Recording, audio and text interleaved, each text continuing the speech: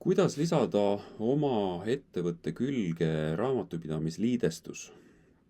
Selleks tuleb minna nii-öelda siit paremast nurgast raamatupidamise liidestus ja siin on mitu võimalust. Võimaluseks on see, et ühtegi liidestust ei ole ja siia tuleb panna siis lihtsalt raamatupidaja email ja nimi. Ja siis siit ülevalt sisse lülitada ja salvestada. Kui tahta aga erinevate raamatupidamisühendusi ühendada, siis on meil olemas Merit Activa, SimpleBooks, Smart Accounts, Directo, Eesti e-äri või see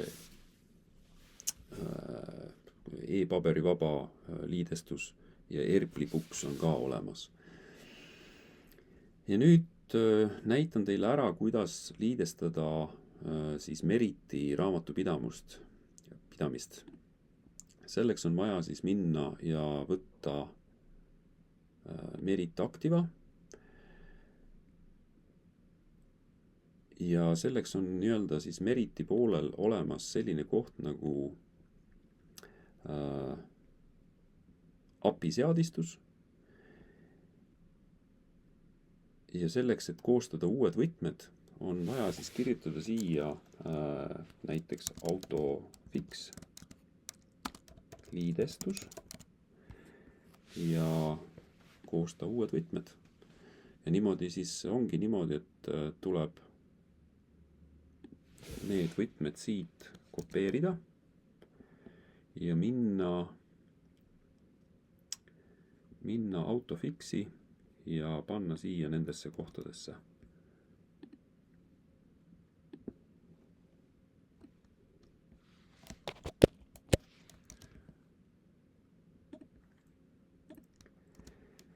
Ja kindlasti tuleb siit sisse lülitada ja kindlasti peab andma märku, et see läheb müügiarvetesse.